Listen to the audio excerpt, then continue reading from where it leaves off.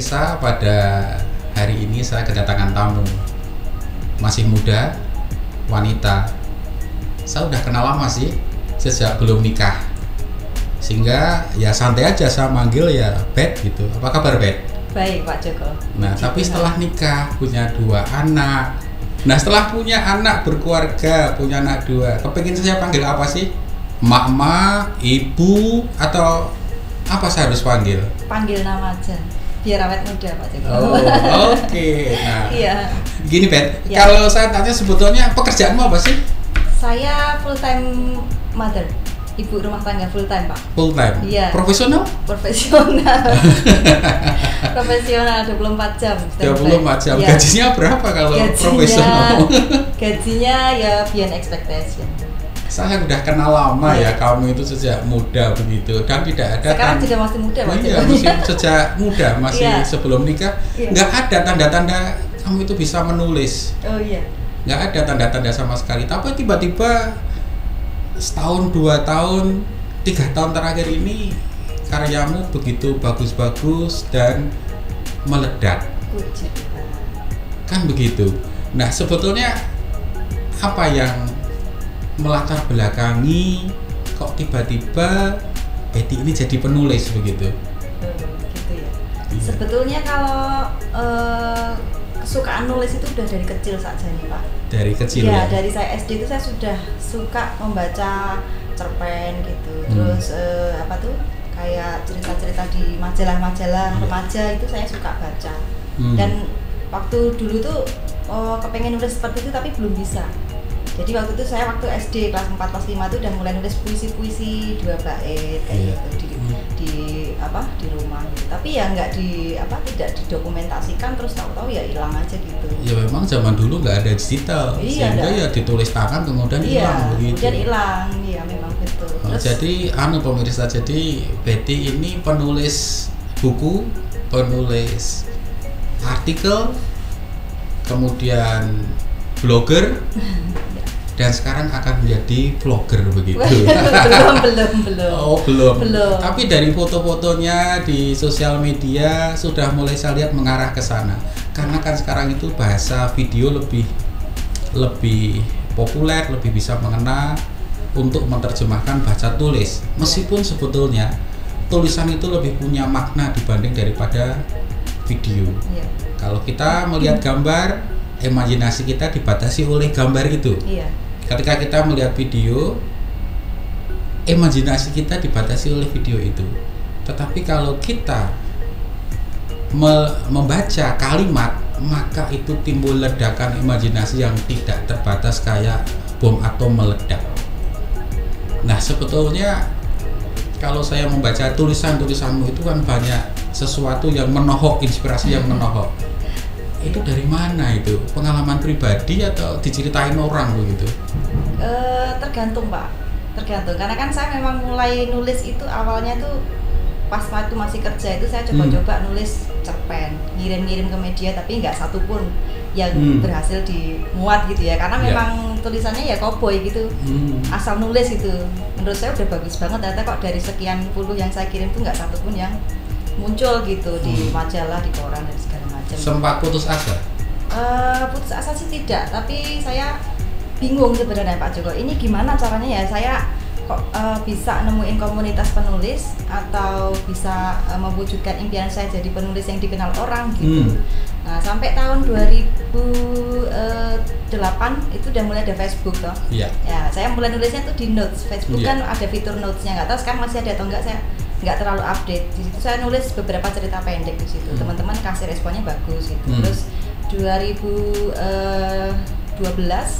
itu saya pas udah nggak ngantor lagi, saya coba jadi blogger. Saya nulis di blog satu-satu udah mulai banyak yang baca. Terus akhirnya 2016 itu saya ngerasa stuck sebetulnya. Saya tuh pengennya apa atau gitu. Saya bingung kan, waktu itu kan baru punya anak kedua tuh. Punya anak kedua, terus saya pindah domisili dari kota Bandung, saya balik lagi ke Jogja. Itu saya nggak punya teman sama sekali. Kalau gitu. boleh flashback lagi, mundur lagi, sebetulnya apa buku pertama kali yang membuat Betty ini secara emosional itu meledak begitu, Bet? sedih maupun marah ataupun timbul suatu pencerahan begitu? Masih ingat? Enggak. Enggak, Pak, betul. Jadi saya kebetulan memang suka banyak. Semua genre saya suka, kecuali horor itu saya nggak terlalu menikmati horor dan thriller, itu saya tidak terlalu mengarah ke sana. Terus nggak tahu ya, di dalam hati itu pokoknya pengen nulis terus gitu. Apa ya, saya bisa pengen nulis apa yang akhirnya orang itu mau baca karya saya, nggak cuma saya nikmati sendiri gitu. Nah, terus selama ngeblog dari 2012 sampai 2016 itu ya gitu-gitu aja, saya cuma menuliskan pengalaman sehari-hari, jalan-jalan kemana-mana sama anak-anak, sama keluarga gitu. Terus akhirnya saya mulai 2016 itu tanpa sengaja, saya saking hopelessnya tuh Pak, kan nggak punya temen di dunia nyata ya gitu. Akhirnya saya tuh belusuan di Google, saya sampai searching tuh komunitas penulis gitu, penulis perempuan, penulis anak, segala macam itu sampai nggak nemu-nemu. Terus dilala saya itu terperosok ke grup Facebook, itu ada komunitas ibu-ibu doyan nulis di situ. Oh ternyata ini ada trainingnya. Nah di situ, tapi itu terjadi setelah saya justru menulis buku pertama di 2016. Buku pertama itu apa judulnya? Judulnya Smart Mom Happy Mom. Apa perasaannya ketika pertama kali oleh penerbit diberitahu secara formal kepada Ibu Betty yang terhormat, setelah naskah Ibu kami pelajari, kami putuskan untuk diterbitkan? Apa perasaan pertama kali yang sudah, apa ya, nggak bisa dijelaskan. Karena sudah sekian puluh tahun Pak, saya tuh menunggu gitu loh, momen siapa yang mau menerima tulisan saya, terus itu bisa dipublish secara umum supaya banyak orang tuh membaca. Gitu. Impian saya tuh dari dulu pengen jadi penulis buku. Jadi kalau ditanyain orang dulu, kamu pengen apa? Saya pengen jadi penulis. Cuman saya segini, wah enak itu nanti hobi menghasilkan uang, hobi bikin terkenal gitu. Tapi kan nggak kejadian-kejadian loh Pak. Jadi saya tuh sempat bisa nggak ya nanti tercapai apa enggak impian saya gitu. Sampai usia 30 plus itu belum tercapai. Berarti katanya baru 20 tahun kurang umurnya. Salah ya itu. Ketahuan sekarang. Baru ketahuan sekarang. Iya. Itu tadi baru secara dramatis ya, ketika menerima kabar itu pun tidak bisa terbayangkan. Iya. Lalu bagaimana ketika menerima bukunya udah jadi, kemudian ada di toko buku seluruh Indonesia? Iya, langsung pokoknya saya tuh happy sampai joget-joget di rumah gitu. Anak saya sampai gini, mami segitu happy-nya. Ya emang happy Kak, karena ini impian mami dari kecil, saya bilang gitu. Dari kecil itu pengen punya buku sendiri. Kan sebelumnya saya punya buku tapi yang rame-rame sama teman-teman gitu. Terus baru buku itulah yang akhirnya bikin saya pecah telur, punya buku sendiri. Terus diterbitkan sama penerbit yang oke banget gitu. Yang sudah penerbit mayor begitu ya. Iya ya. Betul, karena kan dulu kan kalau kita penulis di luaran sana kan kita bilang, wah gimana ya caranya nembus penerbit mayor itu kan susah gitu kan, nanti harus ngantri ribuan naskah, terus ya kalau diterima, kalau enggak terus gimana dan segala macam gitu loh. Beda sama penerbit yang indie gitu maksudnya. Iya, yang mayor itu memang rata-rata ya penulis yang saya terbitkan di penerbit mayor itu biasanya setelah bukunya terbit, si penulis ini biasanya ada perubahan hidup. Karena apa? Ada perubahan komunitas baru, ada relasi baru, ada kegiatan baru. Iya betul. Itu cenderung mengganggu atau sebetulnya tambah happy nih? Saya tambah happy Pak. Jadi saya 2016 itu kan sebetulnya saya setengah-setengah gitu untuk menulis buku. Maksudnya bukan saya tidak berniat, tapi saya cenderung takut kalau misalnya tulisan itu tidak diapresiasi oleh penerbit gitu waktu itu. Karena saya kan nggak pede. Pertama saya nggak pernah ikut pelatihan nulis. Yang kedua saya nggak punya komunitas. Jadi waktu nulis buku itu tuh saya betul-betul hanya berdasarkan insting dan intuisi saya menulis sendiri. Terus saya tuliskan itu 50% berdasarkan pengalaman saya sebagai ibu. Sebagai ibu kemudian ditulis. Iya, saya tulis. Enak sekali ya. Itulah enaknya. Menulis mengerjakan sesuatu dari hobi. Jadi memang menulis itu sekarang lebih bisa memberikan energi positif daripada melelah, daripada hanya membuat lelah ya. Iya. Betul. Meskipun ya pada saat pengerjaannya kan ya saya harus begadang. Zaman nulis buku itu saya masih punya bayi di bawah 1 tahun kan, masih batita banget, masih butuh perhatian, dan saya nggak punya ART sama sekali. Saya harus menyempatkan nulis itu tengah malam. Jadi kalau anak-anak udah tidur, suami udah tidur, itu saya malah melek Pak. Nah gitu. Itu khusus pemirsa yang emak-emak ya kan. Kan banyak alasan jika disuruh menulis. Iya. Ya kan, ada alasan anaknya masih kecil, nanti nunggu sudah besar ngantar anak sekolah, menulisnya nanti setelah anaknya selesai sekolah, ya nggak akan tercapai menulis. Ini contohnya tamu saya, penulis yang emak-emak, emak-emak ternyata juga bisa menulis. Lalu bagaimana memanage waktunya? Ya itu saya sesuaikan Pak. Jadi ritme menulis itu saya sesuaikan dengan ritme anak-anak terutama gitu. Karena kalau bapaknya kan memang sudah terjadwal dari jam sekian sampai jam sekian akan banyak berada di luar rumah gitu. Yeah. Kalau anak terutama saya menyesuaikan dengan yang kecil gitu. Pada saat dia masih butuh banyak waktu untuk saya temani dia siang hari, saya siang hari temani dia main dan segala macam sampai dia puas. Saya nulisnya malam. Saat dia tidur saya nulis. Kemudian saat dia sudah mulai masuk sekolah, beda lagi gitu. Saya menyesuaikan lagi dia sekolah, saya nulis gitu. Jadi kalau anak saya sudah masuk gerbang sekolah, udah masuk kelas, saya pindah nyari tempat untuk saya nulis sampai nanti dia pulang sekolah, baru kembali lagi jadi ibu rumah tangga full sampai nanti malam atau subuh. Kalau ada deadline ya saya kerjain lagi. Nah gitu. itu ada kata deadline, ya kan? Sekarang kan saya lihat Betty ini sebagai penulis kan tidak hanya sekedar hobi, sudah masuk di ranah industri. Industri kan berarti ada target, ada tenggat waktu yang harus selesai. Sementara tadi saya dengar kayak enak sekali begitu, saya menyesuaikan Pak anak begini, selesai anak baru bisa menulis. Padahal industri kan nggak bisa begitu, harus tegas waktunya. Gimana itu? Ya itu tadi, pinter-pinternya kita mengatur waktu. Karena kan semua orang punya 24 jam sehari. Dengan segala kesibukan dan tanggung jawabnya masing-masing, dia ibu rumah tangga atau dia juga kerja di kantor gitu ya. Gitu. Jadi kalau saya juga itu tadi, yang penting karena profesi utama saya ibu rumah tangga, jadi ya itu yang saya kerjakan dulu. Jadi kalau misalnya ada kerjaan atau tawaran gitu, saya akan pilih yang memang sekiranya saya sanggup kerjakan. Karena kan saya misalnya kayak jadi blogger itu kan juga ada beberapa job, kemudian saya juga ngedit naskah juga Pak. Jadi ada editor lepas untuk buku-buku di luar, saya juga kerjakan. Tapi saya memang lebih concernnya kalau misalnya ada tawaran job, saya bilang deadline-nya kapan gitu.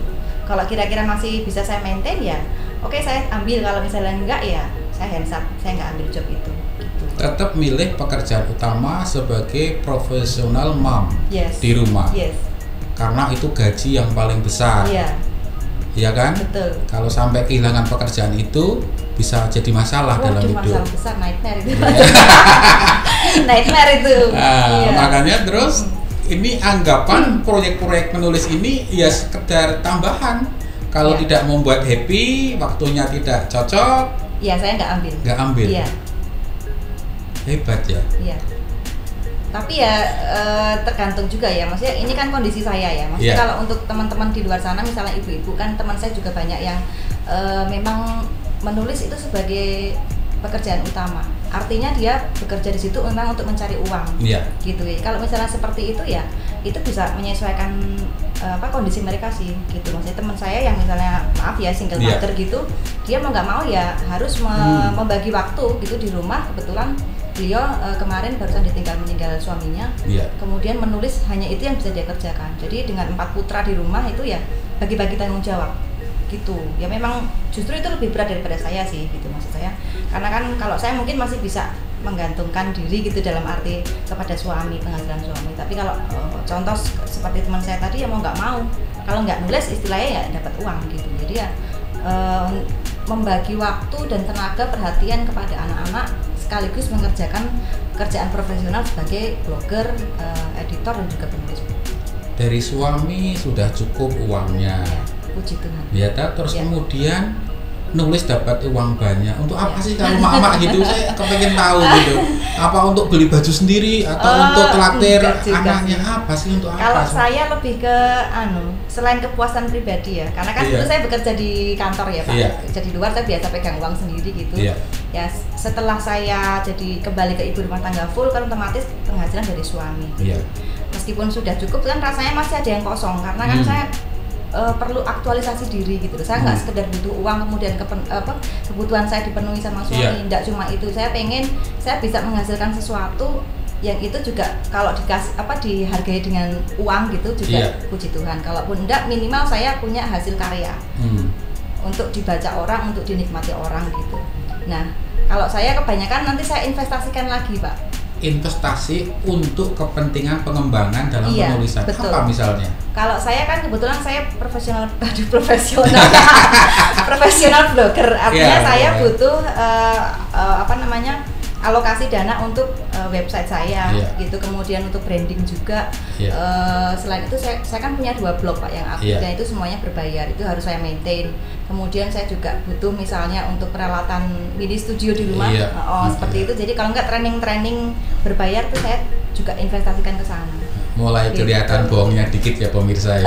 Tadi ngakunya profesional mom, ternyata ada profesional yang lain. Ternyata berperan ganda. Ternyata berperan ganda paling tepat. Semuanya profesional. Sebagai mami juga profesional, sebagai penulis juga profesional. Dan itu harus tetap berjalan sehingga apa yang didapatkan diinvestasikan untuk peningkatan itu. Betul. Nah, sebetulnya apa hambatan yang paling berat ketika menulis? Paling berat ketika menulis itu biasanya karena pas saya lagi kena writer's block, Pak. Sementara deadline kan terus bukan berjalan, tapi deadline kan menunggu untuk saya selesaikan. Nah, dilalah waktu itu misalnya saya lagi nggak bisa nulis sama sekali, nggak punya ide. Nah, itu biasanya yang paling berat. Atau misalnya lebih berat lagi itu kalau anak-anak lagi sakit. Kalau anak-anak sakit, sementara saya ada deadline yang mau nggak mau harus dikerjakan, dan saya nggak bisa mundur, itu yang lebih berat. Iya, itu gitu. Berat karena ketika dapat project nulis, anak sakit, dan tulisan itu adalah tulisan yang genre tutorial, how to, petunjuk praktis. Seandainya itu adalah proyek seperti buku fiksi, tentunya akan malah menyambung dengan perasaan yang bisa dituangkan di sana. Kalau saya tidak selalu. Kebetulan karena fiksi itu buat saya pribadi itu effortnya bisa 2-3 kali lipat, Pak, daripada saya nulis non fiksi. Gitu. Mungkin buat penulis yang lain saya nggak tahu ya, beda-beda. Ketika nulis fiksi itu Betty suka sebagai pribadi masuk di dalam cerita itu atau sebetulnya ingin menceritakan tokoh dalam khayalan saja? Harusnya penulis itu memang lepas dari karakter. Itu yang saya coba lakukan. Tapi ya mau nggak mau, namanya kita menulis dengan dengan ide, imajinasi, ilham yang dari otak, ya mau nggak mau 1-2 itu pasti ada. Sedikit misalnya saya masukkan sedikit kenangan atau pengalaman waktu kecil. Oh, saya ingat misalnya dulu waktu pas adegan ini saya pernah melakukannya, misalnya pernah mengalami itu saya masukkan, tapi bukan sebagai saya di adegan itu, tapi hanya mencoba menggambarkan situasinya atau menggambarkan perasaan bagaimana ketika situasi terjadi atas si karakter itu. Gitu. Jadi itu lebih berat ketika saya menuliskan fiksi ketimbang saya menuliskan misalnya how to artikel atau listicle, misalnya tentang tempat-tempat yang menyenangkan untuk didatangi misalnya. Iya, karena ada referensinya, bisa di-googling begitu. Tapi begitu fiksi itu adalah kembali referensinya ke dalam hati dan perasaan diperas begitu ya. Iya, jadi kadang kalau misalnya pas saya nulis fiksi itu kalau ada pemeran atau karakter itu yang dia merasakan kesakitan atau itu saya sampai ngerasa loh, Pak. Gitu saya betul. Jadi kebetulan saya baru nulis fiksi kemarin itu. Jadi ada konflik yang kejadian itu yang dialami oleh salah satu karakter utamanya itu yang saat saya nulis itu saya berbesmilih membayangkan kalau itu terjadi, karena kan saya harus masuk ke karakter si X ini. Jadi saya berperan, saya menjadi dia, kemudian saya menuliskan apa yang saya rasakan pada saat kejadian itu, kemudian membayangkan waktunya, membayangkan kejadian itu seperti ini, gimana rasanya kalau saya mendapatkan pengalaman seperti itu gitu. Jadi fiksi lebih berat. Lebih berat, Pak. Lebih dan berat. Tidak bisa diganggu. Tidak bisa diganggu, tidak bisa disambi. Nggak bisa. Ketika ide itu datang, lagi nulis enak-enak, tahu-tahu anaknya nangis, misalnya gitu. Wah, itu sudah ambiar itu. Ambiar itu ya. Nanti untuk kembali lagi ke situ saya butuh waktu untuk jeda dulu untuk kembali lagi. Saya kalau misalnya nulis terus kebetulan harus istirahat, entah karena waktunya sudah harus ngerjakan yang lain atau memang ada gangguan tuh, untuk kembali lagi nulis itu saya menghabiskan setengah waktu saya untuk membaca dari awal supaya saya dapat feels-nya lagi untuk nyambung cerita itu. Iya, betul. Nah itu beratnya kalau fiksi gitu Pak, karena kan kita harus mempertahankan kelogisan cerita gitu. Tidak sekedar menulis kata-kata atau memasukkan data-data seperti kalau misalnya kita nulis non fiksi itu kan datanya ada tinggal plek kasarannya kan seperti itu. Kalau fiksi kan kita harus nyambung, tadi nulis apa dari A sampai tengah-tengah, kemudian tiba-tiba misalnya kita nggak baca lagi terus dari tengah ke belakang kita nggak dapet feelsnya atau lupa tadi sudah nulis apa, ya itu kadang nanti kalau pas nemu pembaca yang sangat-sangat detail dan teliti pasti ini kok gini ya gitu. Tadi kan ceritanya si A ini pakai baju merah misalnya, tiba-tiba di tengah bajunya yang warna biru, nah itu kan iya, itu sangat-sangat fatal gitu untuk penulis fiksi. Biasanya suka nonton drama-drama fiksi juga? Iya. Apa, drama Indonesia atau lebih sekarang itu kan ibu-ibu suka drama Korea? Iya. Ya, saya suka drakor, saya suka nonton film-film luar juga gitu, tapi saya menghindari horor. Jadi menghindari horor gitu. Kenapa? Horor kadang-kadang malah laris di Indonesia. Iya betul, tapi saya sebagai pembaca saya tidak menikmati horor, thriller gitu, saya nggak bisa menikmatinya dan saya tidak mau menuliskan itu. Gitu. Berarti memang fiksi itu sangat melekat dengan pribadi masing-masing penulis ya. Betul. Sekarang karya BD sudah banyak, dari blogger sampai buku. Ya. Tapi sebetulnya kalau saya boleh tanya, pernah nggak dari kecil dulu punya cita-cita menjadi penulis? Nggak punya Pak. Jadi saya ini termasuk orang sanguinis yang parah gitu, sanguinis parah saya itu Pak. Jadi saya orangnya itu nggak bisa diatur dengan agenda atau to-do list kayak gitu. Kalau saya bisa bikin, tapi saya nggak bisa mengikuti alurnya. Pasti saya nanti break di mana-mana gitu. Misalnya 1, 2, 3 saya 1, 2 masih oke. Yang ketiga saya udah ngerasa nggak enjoy. Nanti saya akan lompat. Yang penting membuat saya itu lebih nyaman dan semua yang saya mau kerjakan hari itu bisa tercapai. Meskipun nanti jumpalitan dari 1 ke 2, 3, mungkin ke 6 dulu, ke 10 baru balik ke 2. Nah ini sekarang masuk segmen yang menarik. Pemirsa, Betty ini baru saja meluncurkan buku yang bagus, kolaborasi dengan temannya, dan kemudian didukung oleh lembaga-lembaga yang punya reputasi, dan menurut pengakuannya adalah itu non-profit. Bisa ceritakan dikit kenapa non-profit? Iya, itu jadi memang betul fiksi yang barusan saya tulis bersama teman saya ini 100% hasilnya disumbangkan. Jadi bukan hanya profit dari penjualan buku, tapi semua hasil penjualannya itu kita sumbangkan untuk keluarga tenaga medis yang terdampak COVID, terutama yang keluarganya ada yang meninggal Pak Joko. Gitu. Jadi ide awalnya itu adalah ketika tahun kemarin, awal tahun sekitar bulan Maret, April itu kan baru pecah kasus pertama di Indonesia yang COVID ya gitu. Kemudian beberapa bulan berikutnya kan dokter, kemudian perawat banyak yang berguguran dan segala macam. Dan itu akhirnya membuahkan pikiran saya sama teman saya itu tadinya mau nulisnya bukan itu Pak Joko aslinya. Kita pengen proyek kolaborasi tapi tentang human resources, kemudian tentang bisnis dan karir.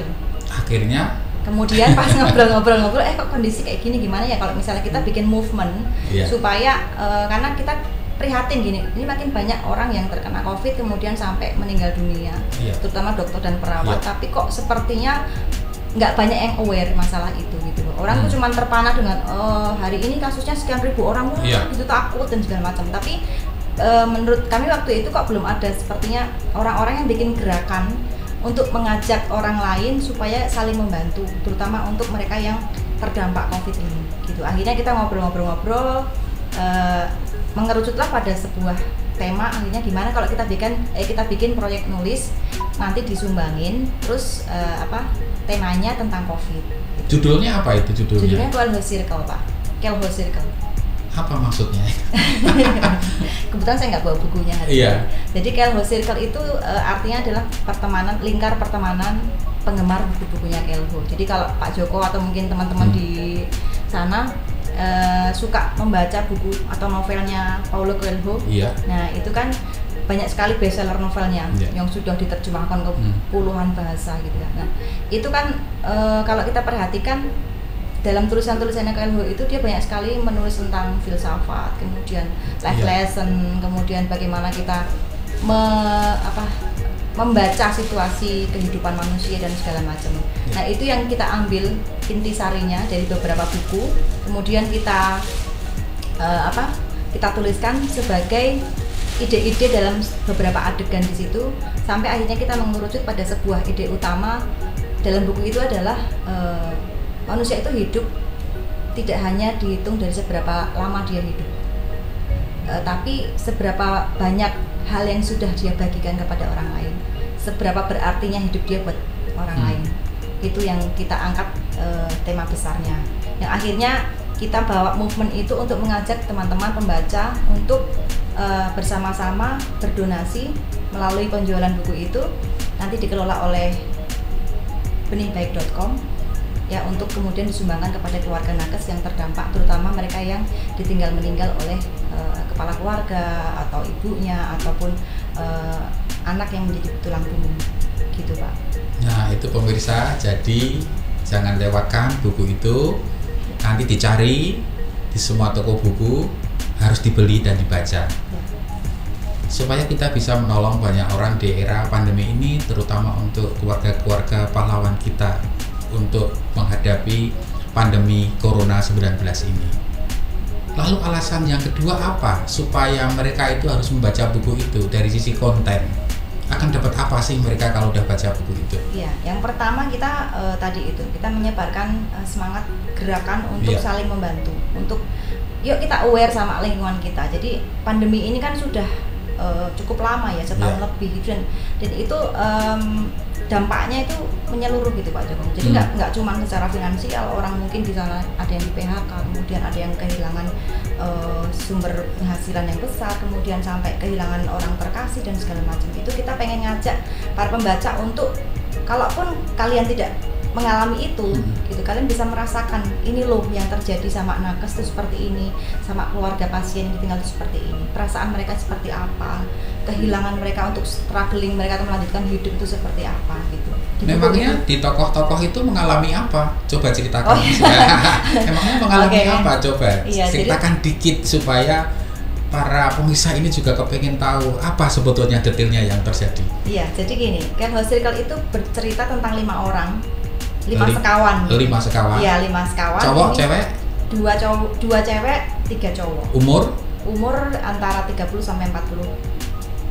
Manusia dewasa. Iya, dewasa. Berkeluarga? Ada yang berkeluarga, ada yang belum. Wah, menarik. Coba ceritakan dikit. Jadi ini ada 5 tokoh di sini, ada Diandra, Cahya, Alif, Agni, dan Nidastra. Gini. Jadi tokoh sentralnya nanti adalah Dokter Cahya. Dokter Cahya. Iya, jadi Dokter Cahya ini adalah dokter spesialis paru-paru yang beliau ini menangani pasien COVID yang akhirnya kemudian terpapar dan meninggal dunia. Itu ada yang menjadi tokoh utamanya, dan kemudian akan terjadi konflik bagaimana keempat sekawan yang ditinggalkan itu kemudian menyikapi kehilangan itu, bagaimana mereka struggle masing-masing dengan rasa kehilangan dan ingin bangkit lagi gitu.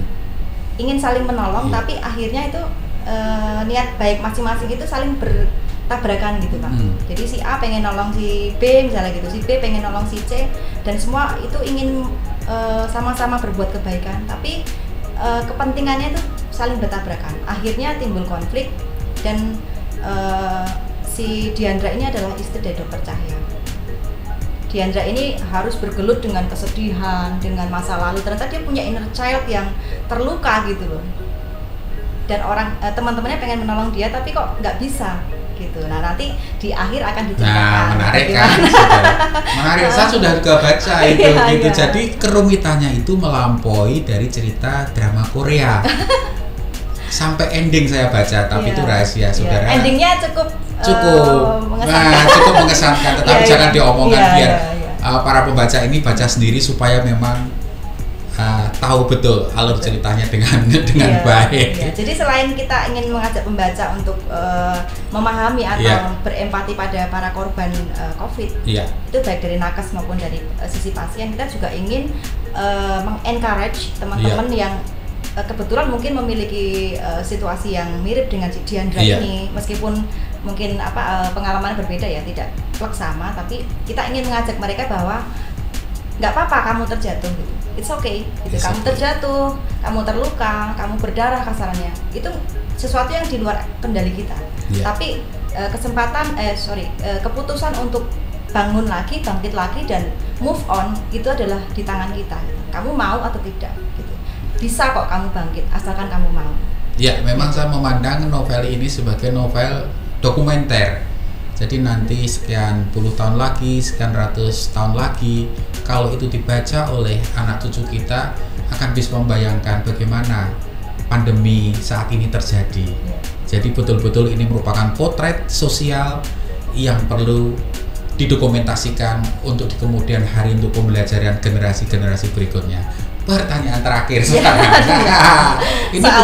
Ini betul-betul terakhir ini. Pesan apa untuk para penulis-penulis pemula untuk bisa mengikuti Betty menjadi penulis yang produktif dan profesional sekalipun ada kegiatan lain, terutama para mak-mak yang masih punya anak, punya kegiatan. Apa kira? Ya. Untuk teman-teman di luar sana yang mungkin punya keinginan atau mimpi menjadi penulis seperti saya dulu, jangan berkecil hati, teruslah menulis. Jangan bertanya kapan ya gitu. Kalau kita bertanya kapan ya kita nggak akan mulai. Jadi mulai aja dulu, mulai sekarang tuliskan. Tidak usah takut kalau kita membuat kesalahan atau tidak usah takut siapa yang akan membaca nanti ya. Yang penting kita tulis dulu. Nanti setiap tulisan kita pasti akan menemukan muaranya sendiri. Mungkin nggak sekarang, tapi mungkin minggu depan, mungkin bulan depan, mungkin tahun depan, mungkin 10 tahun lagi, nggak masalah gitu. Selama kita mau mencoba, kita mau mulai dulu, itu pasti ada jalan. Dan yang kedua adalah temukan komunitas. Kalau kita berjalan sendiri itu pasti terasa berat. Tapi kalau teman-teman di luar sana mau untuk mencari komunitas, bertanya, dan kemudian belajar, pasti bisa. Di luar kesibukan kita sebagai apapun itu ya, ibu rumah tangga, wanita karir dan segala macam, selama kita punya niat itu pasti bisa kok. Jadi banyak teman-teman saya juga di luar sana, teman di Facebook, teman di mana-mana tanya, Mbak gimana sih untuk jadi penulis? Ya mulai aja dulu gitu. Lu jangan banyak tanya deh, tanya mulu nggak pernah nulis gitu. Iya betul, Gitu. jangan Jadi tanya mulu, langsung mulai menulis begitu. Tulislah gitu, meskipun sehari satu paragraf, meskipun sehari setengah halaman, itu oke gitu. Yang penting kita bisa mengalahkan ketakutan kita, kita bisa mengalahkan kemalasan kita gitu. Gitu. Karena kalau misalnya kita tanya sama suhu menulis atau master menulis, kemudian kita terperangah gitu, kagum dengan oh iya triknya begini. Tapi kalau kita nggak lakukan ya bodoh wae. Memang saya itu juga sebel. Banyak calon penulis itu selalu bertanya terus betul, syaratnya apa, bagaimana mau mulai, tapi juga nggak nulis-nulis. Betul, saya itu juga. yang akhirnya saya sebut dengan apa ya, mindset chicken, ayam gitu, kabur terus begitu. Betul. Jadi saya juga ngalamin sendiri itu. Saya kan juga mulai setelah punya komunitas kan saya juga mulai belajar, kemudian setelah belajar dipercaya jadi mentor di beberapa komunitas, kemudian mulai dengan mendampingi mereka menulis gitu. Yang selalu saya tekankan adalah jangan malas untuk menulis, kemudian mengedit gitu. Jangan pikir apa yang sudah kita tulis itu udah paling the best gitu ya. Karena begitu kita baca, nanti kita endapin, besok pagi kita baca lagi, selalu ada lubang di tengahnya. Selalu ada kesalahan yang bisa kita temukan, apalagi orang lain gitu Pak. Jadi selalu belajar, selalu menulis. Jangan tanya resepnya apa, tapi nggak pernah melakukan. Nah gitu pemirsa, meskipun Betty ini bukan latar belakang hobi menulis atau sekolah menulis, tapi faktanya menghasilkan banyak karya berupa tulisan. Jadi semoga pertemuan saya dengan Betty ini, makasih Bet sudah datang di ruang podcast saya. Semoga membawa kebaikan bagi sesama kita. Amin. Kemudian menginspirasi para calon-calon penulis baru, terutama emak-emak. Emak-emak suka rempong soalnya Pak. Iya, dengan pembagian waktu dan kesibukan 24 jam. Iya, karena saya kalau di dunia fiksi itu, di dunia pasti yang hebat itu adalah emak-emak. Karena struktur otak emak-emak itu di-trigger dengan satu informasi, timbul ledakan imajinasi yang luar biasa, tidak seperti bapak-bapak. Itu saya tulis di buku saya yang kedua juga Pak Joko. Oh gitu. Sudah mulai menulis lagi? Bukan, kan saya sudah punya buku parenting. Di buku parenting saya yang kedua itu menyinggung tentang bagaimana cara berpikir laki-laki dan perempuan. Tapi dalam konteks apa pengasuhan. Udah dulu lah pokoknya nanti nggak pulang-pulang. Oke, Iya, betul. makasih pemirsa Iya. sudah menyaksikan video kami. Makasih Iya, sekali lagi. terima kasih Pak Joko. Oke.